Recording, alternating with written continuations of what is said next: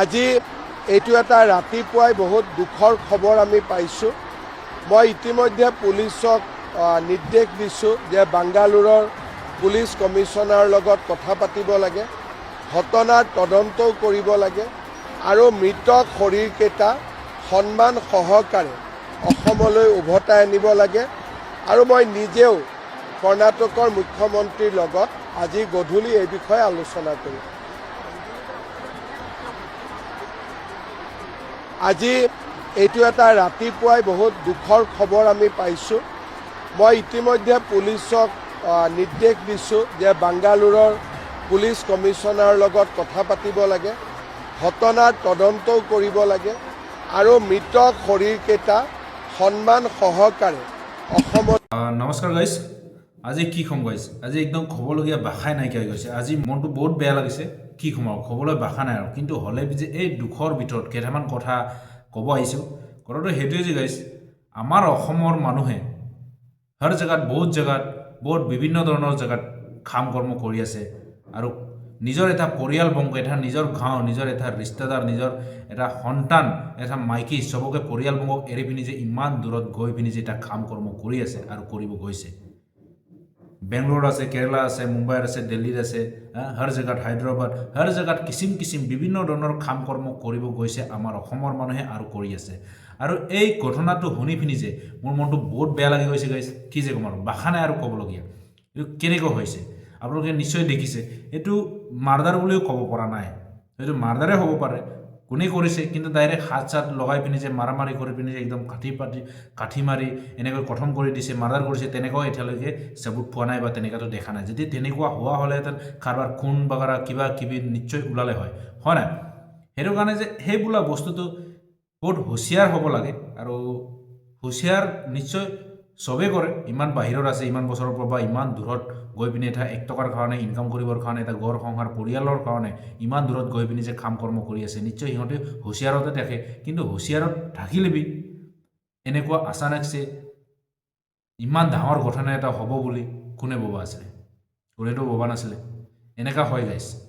ভগৱানো এনেকুৱা বস্তু যে ধনী মানুহৰ লগত কেতিয়াও গাদ্দাৰি নকৰে, ধনী মানুহৰ লগত কেতিয়াও কষ্ট নিদিয়ে, এই দুখীয়া মানুহকে প্ৰায়ভাগ কষ্ট দিয়ে।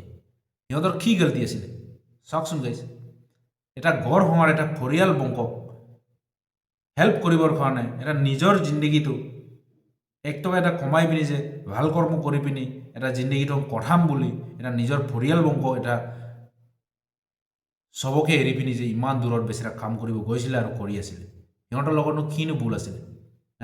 গলতি কৰিলে, ভুল কৰিলে, মাৰামাৰি হ'ল, দাৰু পিকে, গাঞ্জা পিকে, ড্ৰাগছ খাই পিনি ক'ৰবাত এক্সিডেণ্ট হ'ল, এনেকুৱা হ'ল, তেনেকুৱা হ'লে ভাবিব পাৰিব হয় যে ইমান দূৰত গৈ পিনি এনেকৈ কিয় হ'ব লাগে বা এনেকৈ কেনেকৈ হয়, নিজৰ গলতি বুলি ভাবিবলৈ হয়।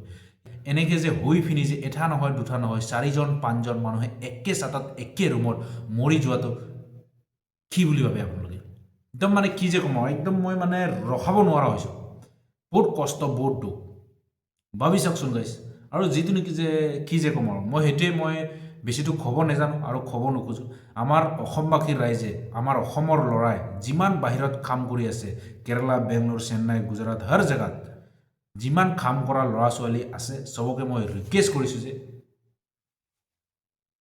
নিজৰ এটা জেগাটো মানে ভালকৈ চাই পিনি থাকক, খোৱা বোৱাটো ভালকৈ খাওক, চাই চিতি কৰ্ম কৰক।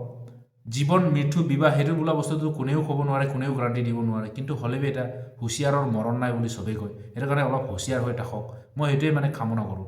কিনো কম গাইছ, একচুৱেলি লোকে এতিয়া হেৰিটো যিমান ল'ৰা এতিয়া হৈছে, মৰিছে, একেদিনাই একে ৰাতিতে 4-5জন, চবটোৱে মিচিং ল'ৰাই আছিলে। কিছুমান গুৱাহাটী, কিছুমান গোগামুখ, কিছুমান লখিমপুৰ, এনেকৈ কৈছে। চবটোৱে মিচিং ল'ৰাই আছিলে 4-5জনটো। ভাবি চাওকচোন। এতিয়া নতুন বছৰ, আলি আই লৃগাং আহিছে, বিহু আহিছে, মাঘ বিহু, বিভিন্ন ধৰণৰ এতিয়া কৰ্মকালা চলি আছে।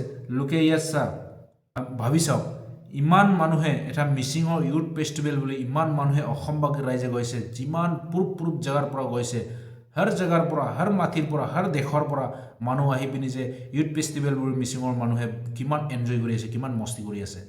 তাৰপিছত সিহঁতে বেচেৰা ইমান দূৰত গৈ পিনি এটা নিজৰ পৰিয়ালবৰ্গক এৰি পিনি যে সেইকেইটাক চবক ধুনীয়া এৰি পিনি আমাৰ অসম এৰি পিনি আমাৰ নিজৰ পৰিয়ালবৰ্গক এৰি পিনি যে ইমান দূৰত গৈ পিনি কাম কৰিব লৈছে আৰু কাম কৰি আছিলে বেচেৰা সিহঁতৰ লগতে এনেকৈ অন্যায় হ'ব পায়নে কিনো কম গাইছ একদম ক'বলগীয়া একো ভাষা নাই জাষ্ট মই এটা নিজৰ মিচিং অসমীয়া বড়ো কছাৰী যিমান বাহিৰত কাম কৰা ল'ৰা ছোৱালী আছে যিমান মোৰ ভাই বন্ধু আছে চবকে মই ৰিকুৱেষ্ট কৰিছোঁ যে অলপ হুঁচিয়াৰত থাকক আৰু মই সেইটোৱেই কামনা কৰিব পাৰোঁ আৰু এটা ৰিকুৱেষ্ট যিমান পাৰে আপোনালোকে বাহিৰত যোৱা কৰ্মটো এৰি দিয়ক বুলি মই ভাবোঁ বুজিলা এটা নিজৰ ঘৰটো নিজৰ জেগাটো কাম কৰ্ম ভালকৈ কৰিব পাৰিলে নিজৰ জেগাটো পইচা আছে নিজৰ জেগাটো জিন্দগী কটাব পাৰে আৰামত সেইটো কাৰণে যে মই চবকে ৰিকুৱেষ্ট কৰিছোঁ বাহিৰত যোৱা কৰ্মটো বন্ধই কৰি দিয়ক মৰিলেও নিজৰ ঘৰত মৰাই ভাল নহয় জানো গাইছে সেইটো কাৰণে যে কি নক'ম আৰু ভাষা নাই আৰু ক'বলৈ কিন্তু হ'লে যে এটা কথা থেংক ইউ ছ' মাছ আমাৰ হিমন্ত বিশ্ব শৰ্মা মামালৈকে মামাই যে ইমান যে হেল্প কৰিছে ইমান যে ভাল কৰ্ম কৰিছে আগতেও মই বাদ দিওঁ আগৰ কথা নকওঁ আৰু আগতেও বহুত মানুহে মৰিছেও পায় চব জেগাতে য'ত য'তে আমাৰ মিচিং মানুহ হওক নেপালী বঙালী অসমীয়া দেউৰী কছাৰী চবে যিমান আমাৰ অসমৰ মানুহে বাহিৰত অসুবিধা হ'লে আমাৰ চৰকাৰে সাথ দিয়ে আৰু নিজৰ বুলি ভাবি পিনি যে ইমান দূৰৰ পৰাও এটা হেল্প কৰে চৰকাৰ বোলা বস্তুটোক মই কি নক'ম আৰু গাইছ ক'বলগীয়া ভাষা নাই একদম থেংক ইউ ছ' মাছ সেইটো কাৰণে মই চবকে ভাবোঁ যে চৰকাৰ বহুত ভাল কৰ্ম কৰিছে আৰু ইমান মিচিং অসমীয়া দেউৰী কছাৰী নাই আমাৰ অসমৰ পৰা যিমান মানুহ বাহিৰত অসুবিধা পালে চৰকাৰে জৰুৰ আগতে খাৰাৰ এটা সেইটো কাৰণে বহুত বহুত ধন্যবাদ হিমন্ত বিশ্ব শৰ্মা মামালৈকে আৰু আমাৰ অসমবাসী ৰাইজক আমাৰ অসমবাসী যিমান ল'ৰা বাহিৰত কাম কৰি আছে আপোনালোকৰ সেইটোৱে ৰিকুৱেষ্টটো যে নিজৰ জিন্দগীটো কেয়াৰিঙত থাকক বহুত বহুত ধন্যবাদ